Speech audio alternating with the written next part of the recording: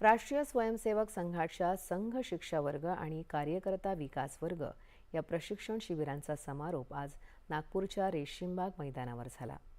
यावेळी सरसंघचालक डॉक्टर मोहन भागवत यांनी स्वयंसेवकांना मार्गदर्शन करत शरीर, मन आणि निसर्ग यांच्यात समन्वय साधण्याचा मार्ग भारत जगाला दाखवू शकतो असं प्रतिपादन केलं।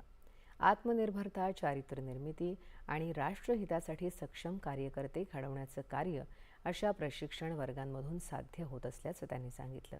अलीकडील पश्चिम आशियाई संकटाचा संदर्भ देताना भारत सर्वांना सोबत घेऊन प्रगती करणारा देश असल्याचंही त्यांनी नमूद केलं।